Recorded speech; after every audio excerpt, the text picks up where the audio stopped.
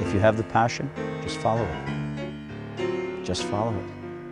That's the advice Michael Sicoly has for anyone who has a dream. Well, that clock on the bar is reading 2:15 in the morning.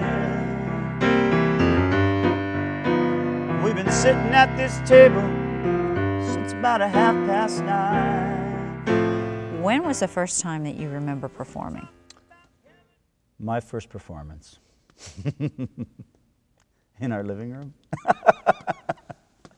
In front of the guests, when everybody said, look at this kid, he's showing off, right? Michael was about 8 years old at the time. The Beatles were big. I'm going to tell you, it was the 60s. And I wanted to be Ringo. Honestly, I did. I didn't have a drum set, so I had these old pieces of, somebody had given me a set of sticks, and I thought, the world had just opened up. I got drumsticks. And the world was his drum. The pads on the couches and the sofas sounded great. So people would come over, and I'd just start singing for them, and I'd do the head, the, I wanna hold your hand, oh yeah. Hey, he looks like Ringo. But there's no music.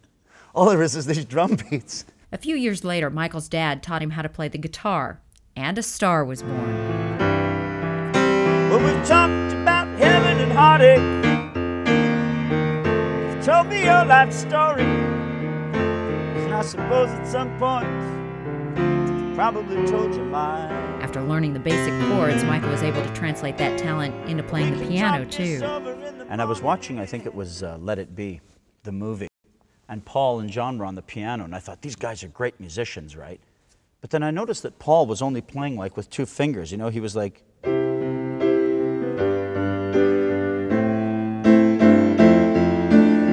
And I'm going, gee, that looks kind of easy. I'm saying, like, and then Paul comes on and says, I can't read music. And I go, geez, that mustn't be too tough. So I went downstairs and I thought, that's easy. That's all they're doing, right? His newfound talents led him to join a band in school, and before he knew it, they were performing as a trio in the school auditorium. What kind of feel and rush does it give you to perform? There's really nothing like it, Sierra.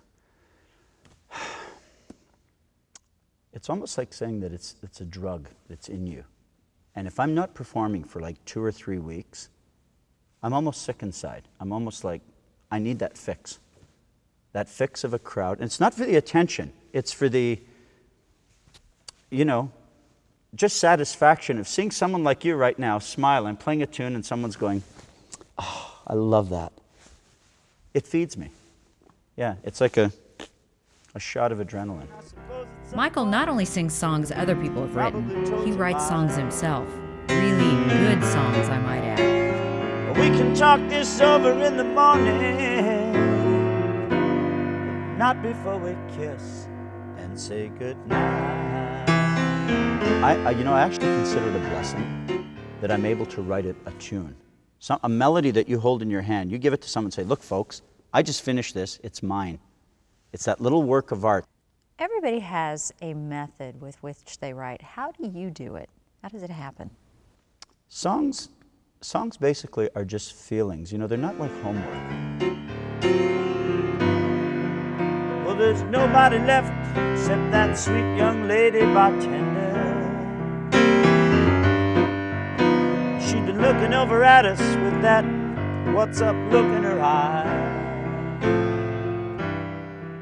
Sometimes that just happens. A song just pops in your head, go, wow, it's just writing itself. It's like I'm listening to this already made tune. That means quitting time's near, smoke is cleared, everybody else has disappeared.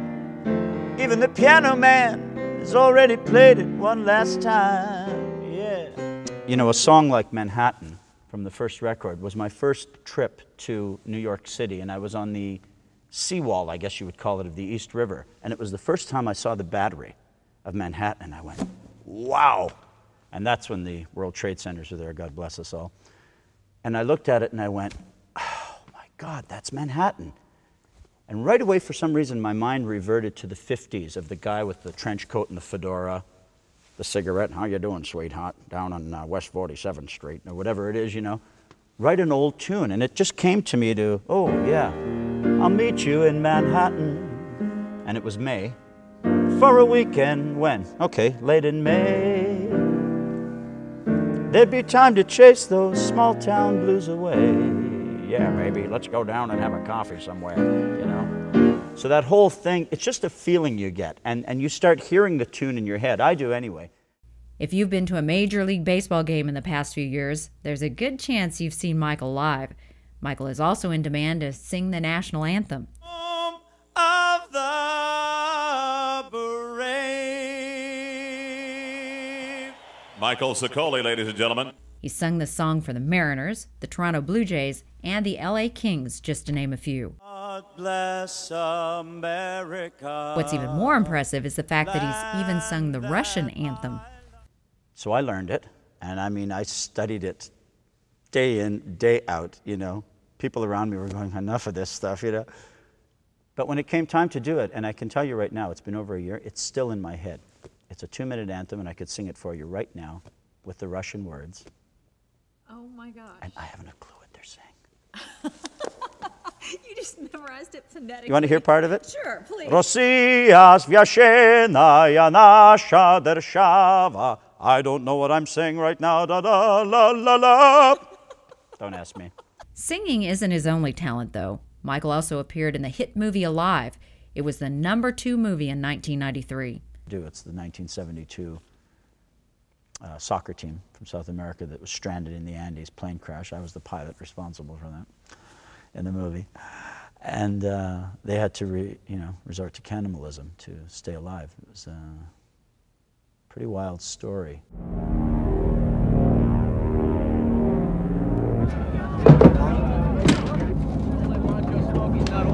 Stuart, can you get me some tea, please? Yes, sir. You want some tea?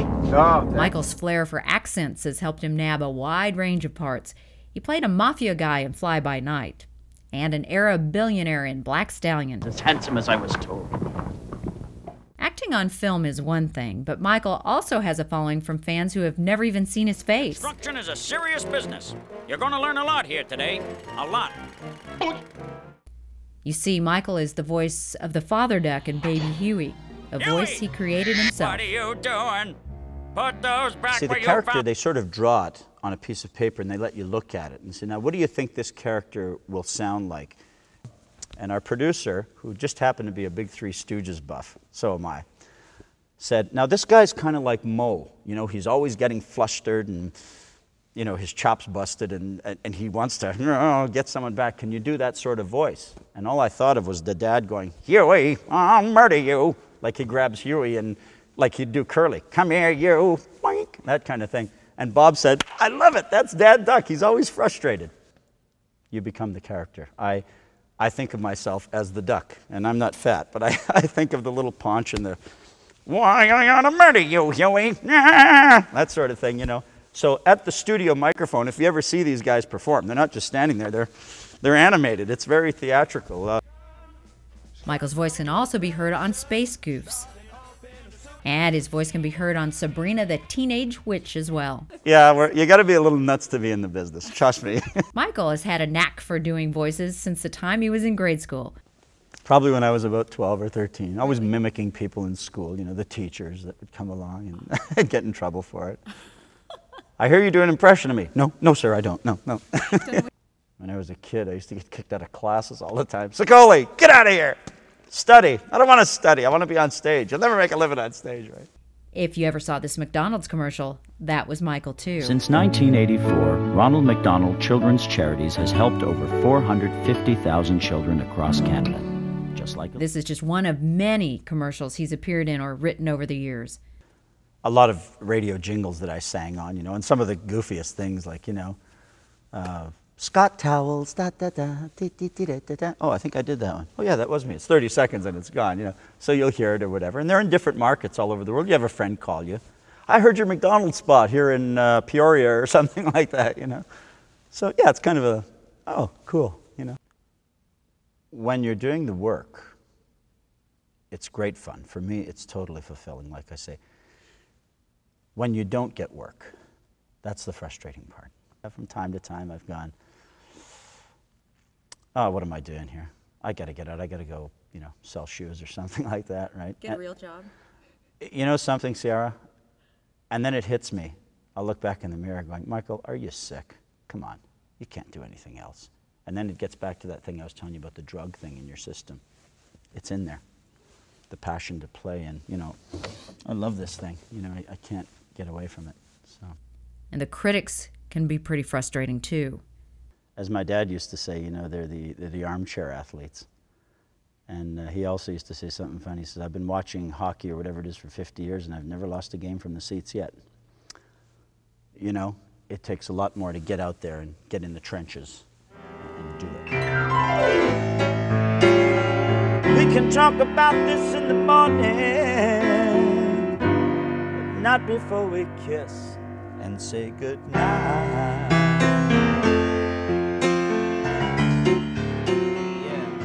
I believe I'm successful because of the main ingredient. I love what I do. And to me, that's success. But the company's been very charming. The conversation's sweet. Still, I believe we've lost our sense, place, and time. Now, the one thing is, you are multi-talented. You can act, you can sing, you can songwrite, you can do it all. But not all at once. Not all. Well, I'd like to see that, actually. Now that would be something. That would be worth something. But of all the things that you do, what do you enjoy doing the most? Singing my own tunes. Yeah, singing my own tunes. Do you have a favorite? Yeah, all of them. All of them, because they come from here. They come right from there.